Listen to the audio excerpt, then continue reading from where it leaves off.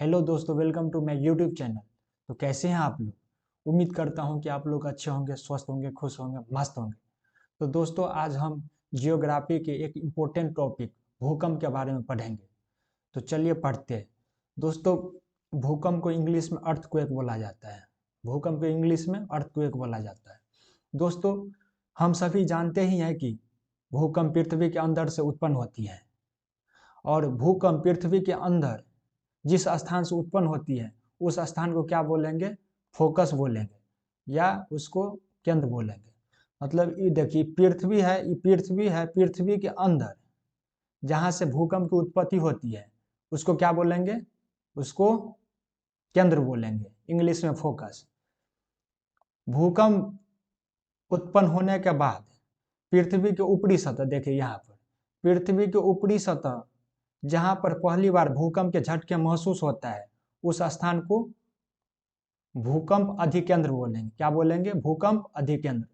उसको इंग्लिश में AP centre बोलेंगे। भूकंप अधिकेंद्र को एपी सेंटर बोलेंगे। मतलब पृथ्वी के अंदर जहां से भूकंप की उत्पत्ति होती है उसको मूल केंद्र बोलेंगे या फोकस बोलेंगे। और भूकंप उत्पन्न होने के बाद पृथ्वी की ऊपरी सतह पर फर्स्ट टाइम जहां पर भूकंप का झटका महसूस होता है उसको एपिसेंटर बोलेंगे। तो दोस्तों, भूकंप होने से पहले वायुमंडल में रेडॉन की गैस की मात्रा में वृद्धि हो जाती है। आप देख सकते हैं यहाँ पर, देख ब्लैक ब्लैक है, ये रेडॉन गैस है। देख रहे हैं आप, ये पेड़ के ऊपर में है, ये वायुमंडल में रेडॉन गैस की मात्रा बढ़ जाती है। भूकंप आने से ठीक पहले वायुमंडल में रेडॉन गैस की मात्रा बढ़ जाती है। देखिए, आप देख सकते हैं, ये रेडॉन गैस है। जो ब्लैक ब्लैक है ये दिख रहा है ना, रेडॉन गैस है। यहाँ पर ये रेडॉन गैस है।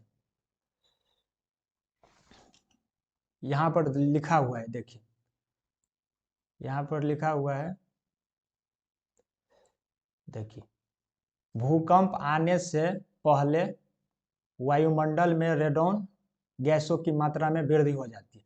भूकंप आने से पहले वायुमंडल में किस गैस की मात्रा में वृद्धि हो जाती है? तो रेडॉन गैस। चलिए आगे बढ़ते हैं।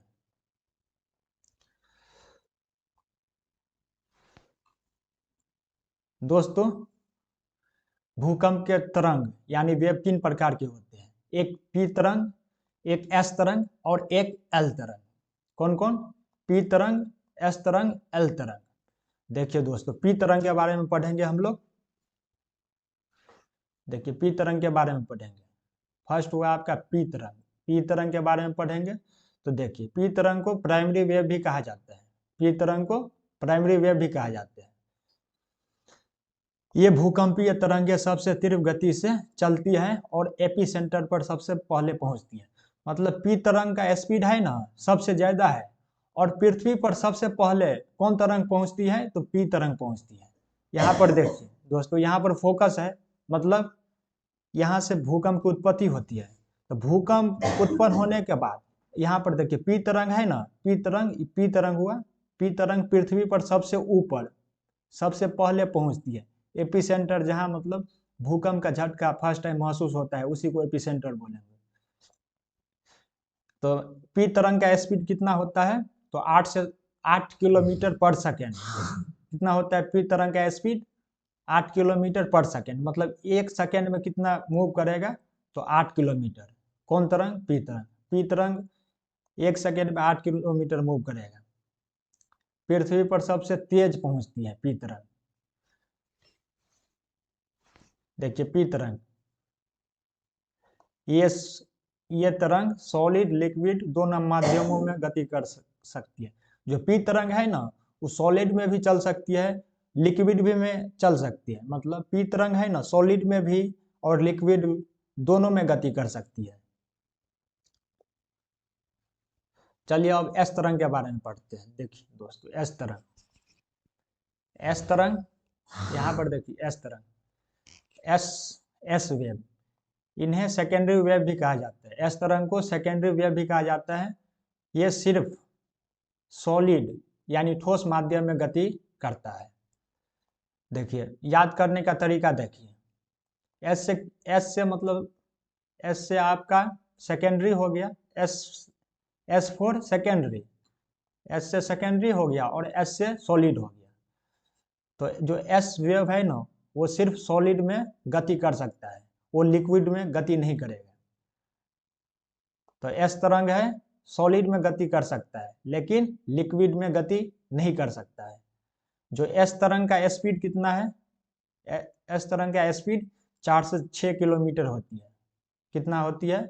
4 से 6 किलोमीटर पर सेकेंड, मतलब 1 सेकेंड में 4 से 6 किलोमीटर मूव करेगी एस तरंग। चलिए अब एल तरंग के बारे में पढ़ेंगे। एल तरंग तीसरा हुआ हम लोग का एल तरंग। एल तरंग को लॉन्ग पीरियड वेव भी बोला जाता है और सरफेस वेव भी बोला जाता है। एल तरंग को सरफेस वेव भी बोला जाता है और लॉन्ग पीरियड वेव भी बोला जाता है। मतलब लॉन्ग पीरियड वेव क्यों बोला जाता है एल तरंग को?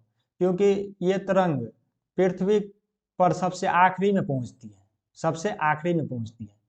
ये तरंगे एपिसेंटर पर सबसे आखिरी में पहुंचती है। ये सबसे कम गति वाली भूकंपीय तरंग है। एल तरंग का स्पीड सबसे कम होता है, एल तरंग का स्पीड सबसे कम होता है। एल तरंग पृथ्वी पर सबसे लास्ट में पहुंचती है। एल तरंग है ना, सबसे विनाशकारी होता है। तीनों तरंग में सबसे ज्यादा विनाशकारी कौन तरंग होगा? तो एल तरंग। चलिए आगे बढ़ते हैं। सबसे पहले पृथ्वी के सतह पर कौन तरंग पहुंचता है? तो पी तरंग। और सबसे लास्ट में कौन तरंग पहुंचेगा? तो एल तरंग। चलिए दोस्तों आगे हम सिस्मोग्राफ के बारे में पढ़ेंगे। सिस्मोग्राफ क्या होता है? तो दोस्तों भूकंपीय तरंगों की तीव्रता यानी इंटेंसिटी को जिस यंत्र से नापा जाता है उसे सिस्मोग्राफ कहते हैं। सिस्मोग्राफ भूकंप की इंटेंसिटी को मेजर करने के लिए होता है। यानी भूकंपीय तरंगों यानी भूकंपीय वेव की तीव्रता को जिस यंत्र से नापा जाता है उसको सिस्मोग्राफ कहते हैं। तरंगों की इंटेंसिटी को कई स्केल पर नापा जाता है।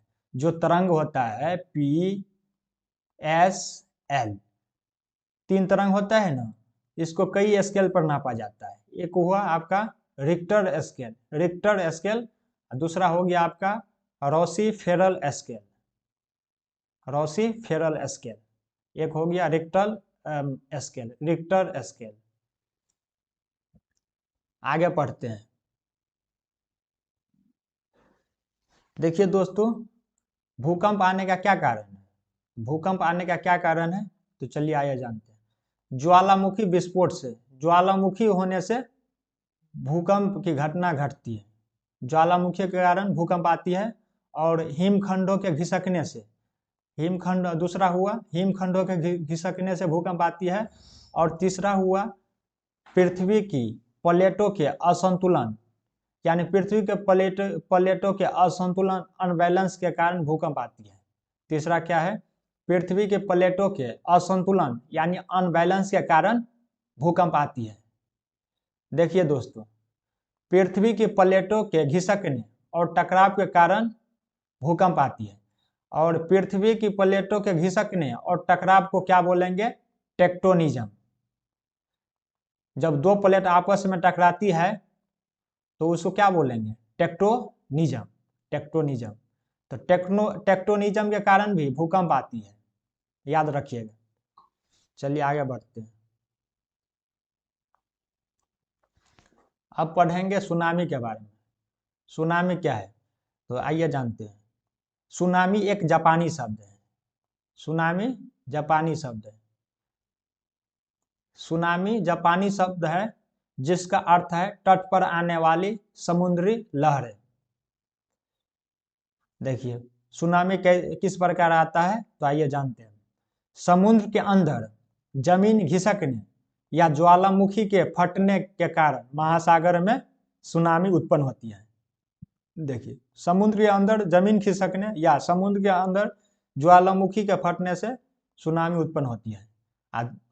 मेन कारण देखिए समुद्र के अंदर जब भूकंप उत्पन्न होता है ना, जब समुद्र के अंदर भूकंप उत्पन्न होता है तो उसी को सुनामी बोलेंगे। सुनामी किसके कारण आता है? जब समुद्र के अंदर भूकंप उत्पन्न होता है तो सुनामी आता है। चलिए आगे बढ़ते हैं।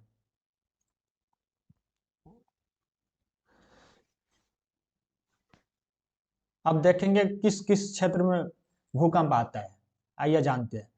दोस्तों पूरे विश्व को 3 भूकंपीय क्षेत्रों में विभाजित किया गया है। यहां पर आप देख सकते हैं ई एरिया, प्रशांत महासागरीय पेटी, प्रशांत महासागरीय पेटी, इस एरिया में है ना सबसे ज्यादा भूकंप आता है। लगभग विश्व के 63% भूकंप इसी एरिया में आता है। इस एरिया में जापान भी आता है, दक्षिण अमेरिका के देश चिली भी आता है, चिली भी आता है। आप सुने होंगे कि जापान में सबसे ज्यादा भूकंप आता है। तो जापान में सबसे ज्यादा भूकंप आने का कारण क्या है? क्योंकि जापान प्रशांत महासागरीय पेटी के अंतर्गत आता है। अब हम दूसरा देखेंगे, देखिए ई रीजन, सॉरी यहाँ वाला ई देखिए एशिया और यूरोप, एशिया और यूरोप के रीजन को देखेंगे। मध्य महाद्वीपीय पेटी, इस एरिया में है ना 21% भूकंप आता है। इस एरिया में 21%। मध्य महाद्वीपीय पेटी के अंतर्गत जो एरिया है उसमें 21% भूकंप आती है। एशिया, एशिया के अंदर हम लोग का भारत भी आता है, तो भारत में भी भूकंप आता है। अब तीसरा देखेंगे, तीसरा देखेंगे आपका ई एरिया, ई एरिया, ये देखिए ये एरिया, तो मध्य अटलांटिक पेटी, मध्य अटलांटिक पेटी, इसमें है ना सिर्फ 16% भूकंप आता है, सिर्फ 16%। इस एरिया में सबसे कम भूकंप आता है। और सबसे ज्यादा भूकंप कहाँ आता है? तो प्रशांत महासागरीय पेटी में, लगभग 63%। चलिए आगे बढ़ते हैं।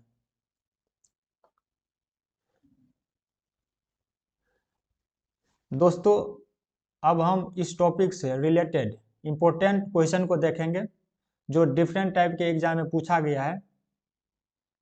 चलिए देखते हैं। फर्स्ट क्वेश्चन है हम लोग का, फर्स्ट क्वेश्चन है भूकंप के समय किन तरंगों का उद्भव होता है? भूकंप के समय किन तरंगों का उद्भव यानी जनरेट होता है, यानी विकास होता है? तो भूकंप के समय P S L wave generate होता है, उत्पन्न होता है। पी मतलब प्राइमरी, जो सॉलिड और लिक्विड दोनों में गमन कर सकता है।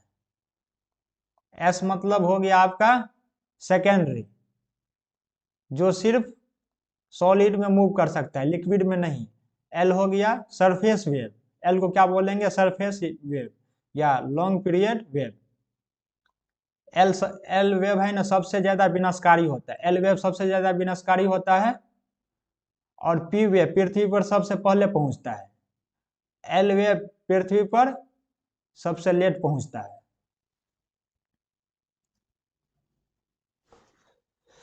दूसरा क्वेश्चन देखेंगे दोस्तों,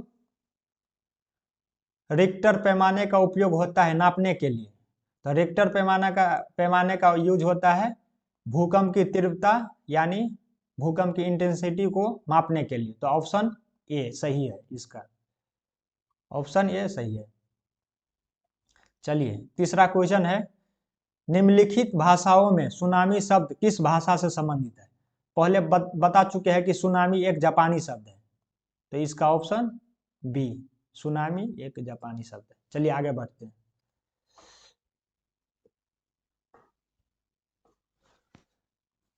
देखो चौथा क्वेश्चन है सिस्मोग्राफ मापता है। तो सिस्मोमीटर क्या मापता है? तो सिस्मोमीटर भूकंप की तीव्रता यानी भूकंप की इंटेंसिटी मापता है। पांचवा क्वेश्चन देखेंगे पृथ्वी की सतह पर भूकंप के ठीक ऊपर के बिंदु को क्या कहते हैं? पृथ्वी के सतह पर भूकंप केंद्र के ठीक ऊपर के बिंदु को क्या कहते हैं? मान लीजिए कि ये पृथ्वी है, पृथ्वी के अंदर यहाँ से भूकंप उत्पन्न होता है तो उसको अधिकेंद्र बोलेंगे। और भूकंप उत्पन्न होने के बाद पृथ्वी के सरफेस पर फर्स्ट टाइम जहाँ पर झटका का महसूस होता है, अनुभव होता है, भूकंप के झटके महसूस होता है, उस स्थान को अधिकेंद्र बोलेंगे। तो पृथ्वी के सतह पर भूकंप केंद्र के ठीक ऊपर के बिंदु को क्या कहेंगे? तो ये भूकंप केंद्र हो गया। भूकंप के ठीक ऊपर के केंद्र केंद्र को क्या बोलेंगे? अधिकेंद्र बोलेंगे, एपिसेंटर। देखिए सुनामी का मुख्य कारण क्या है? सुनामी आने का क्या कारण है? तो अभी हम लोग पढ़े हैं, तो समुद्र के अंदर भूकंप आना। जब समुद्र के अंदर भूकंप आती है ना तो सुनामी उत्पन्न होता है। चलिए आगे बढ़ते हैं। दोस्तों देखिए भूकंप का कारण होता है, एसएससी 2015 में पूछा गया है। तो भूकंप का कारण होता है, इसका हो जाएगा टेक्टोनिज्म। जब दो प्लेट आपस में टकराती है तो भूकंप उत्पन्न होती है, उसका आंसर टेक्टोनिज्म हो जाएगा। चलिए आगे बढ़ते हैं। भूगर्भ में जिस स्थान पर भूकंपीय तरंगों की उत्पत्ति होती है उस स्थान को क्या कहते हैं? भूगर्भ मतलब पृथ्वी के अंदर जिस स्थान पर भूकंप की तरंगें उत्पन्न होती है उसको क्या बोलेंगे?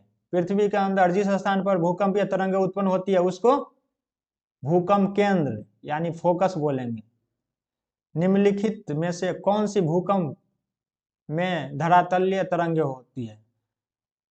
दोस्तों हम जान चुके हैं कि एल तरंग को सरफेस वेव भी बोला जाता है, तो एल तरंग को सरफेस वेव, तो इसका हो जाएगा ऑप्शन सी। चलिए आगे बढ़ते हैं। दोस्तों विश्व के सर्वाधिक भूकंप किस पेटी में आते हैं? तो विश्व के सर्वाधिक भूकंप प्रशांत महासागरीय पेटी में आता है, जिसके अंतर्गत जापान भी आता है। जापान में सबसे ज्यादा भूकंप आता है। दोस्तों अब देखेंगे क्वेश्चन नंबर 11। तरल पदार्थों से होकर न गुजरने वाली भूकंपीय तरंग कौन सी है? देखिए इसमें एल मतलब एस मतलब क्या हो गया? सेकेंडरी। एस मतलब हो गया सॉलिड। दो जो सेकेंडरी वेव है ना वो सॉलिड से पास कर सकता है लेकिन लिक्विड से पास नहीं कर सकता है। तो आपका हो जाएगा ऑप्शन एस। बोल रहा है कि तरल मतलब लिक्विड हो गया, कौन सा वेव है जो लिक्विड से पास नहीं करेगा? तो एस है ना वो सिर्फ सॉलिड से पास करता है, लिक्विड से पास नहीं करता है। देखिए दोस्तों अंतिम क्वेश्चन देखेंगे, आज का अंतिम क्वेश्चन, क्वेश्चन नंबर 12। भूकंप आने से पहले वायुमंडल में किस गैस की मात्रा में वृद्धि हो जाती है? तो दोस्तों भूकंप के आने से पहले वायुमंडल में रेडॉन गैस की मात्रा में वृद्धि हो जाती है।